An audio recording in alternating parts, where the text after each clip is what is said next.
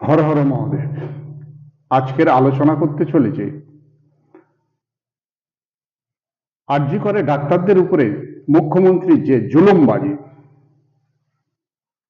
জোরপূর্বক, এটা কি করতে পারে?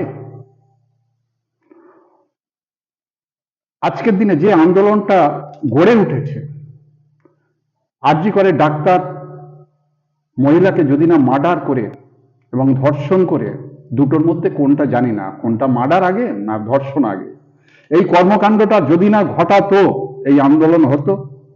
নিশ্চিত না। প্রশাসন যদি নিজের দায়িত্বটা পালন করত, প্রমাণ লোপাট না করে, তাহলে কি এই আন্দোলন হতো? নিশ্চিত না। তাহলে মুখ্যমন্ত্রী কি ভাবলেন সেই বিটিসি প্রথা আজও থাকবে? তৎকালীন ব্রিটিশ শাসনকালে ভারতীয়দের উপরে নীল চাষ করতেন কিভাবে? জোরপূর্বক। যে নাই চাষ করবে তাকে বেত্রাঘাত করা হতো, এমনকি মারতে মারতে মেরে ফেলে দেওয়া হতো। তাহলে এই ভারত স্বাধীনের পরে কি সেই একই নীতি আদর্শ থেকে যাবে? এইটা যদি উনি ভেবে থাকে, সেটা তাহলে মূর্খের স্বর্গে বাস করছে কি কোন স্বর্গে বাস করছে আপনি বা আপনারা চিন্তা করুন। কেন আজ মুখ্যমন্ত্রী ডাক্তারদের উপরে হুমকি, ধমক ও জেলে ভরার ভয় দেখাচ্ছে?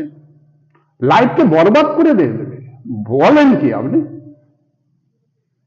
এত বড় ক্ষমতা আপনার দিয়েছে, যেটা কোনো রাজ্যে হয়নি, সেটা আপনি করে দেখাবেন?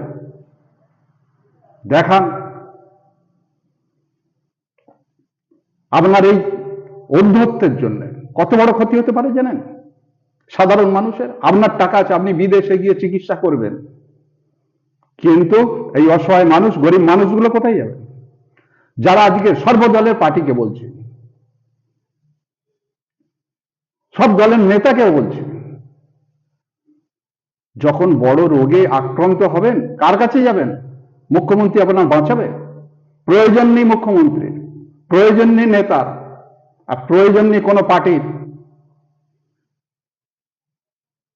এইটুকু খেয়াল রাখবেন। ডাক্তাররা আজকের ভালো বলতে হয়, তারা আজও পর্যন্ত মানুষের পরিষেবা দিয়ে যাচ্ছে। এত দুঃখ কষ্টে পাওয়ার ফলেও তাদের পাশে আমাদের থাকা উচিত, না মুখ্যমন্ত্রীর কথাতে আমাদের নাচা উচিত? কোনটা করব?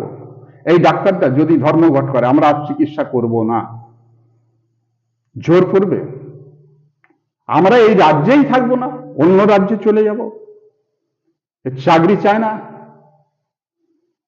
ইস্তফা দিলাম, তখন কি করবেন? এই সাধারণ মানুষকেই বলছি, তখন কি করবেন?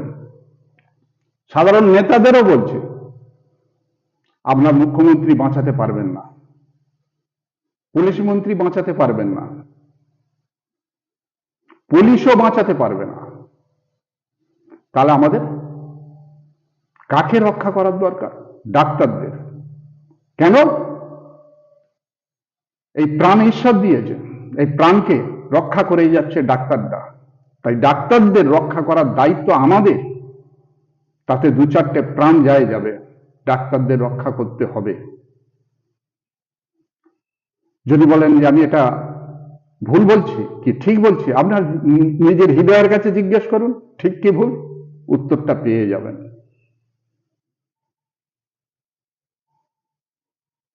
এই জুলুমবাজি চলে কি বলুন? এই ধম্ব, হমকানি, চমকানি, পুলিশের ভয় বন্ধ করতে হবে। সাধারণ মানুষকে বলছি, ডাক্তারদের আমাদের সুরক্ষা দিতে হবে। যদি না দিই, তাহলে আমাদের কি হবে? না বাড়ির ছোট্ট শিশু কন্যা মারা যাবে চিকিৎসার অভাবে, বাবা মা ভাই বোন আত্মীয় স্বজন সবাই মারা যাবে, মৃত্যু মিছিলে হবে। এই মৃত্যু মিছিল আপনারা দেখতে চান? যে যে পার্টিই করুন,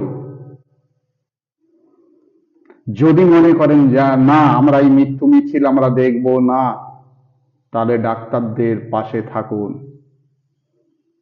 আর প্রতিবাদ করতে ভুলবেন না। অন্যায় দেখলেই প্রতিবাদ। আর কিছু আজকের বললাম না, এই পর্যন্ত শেষ।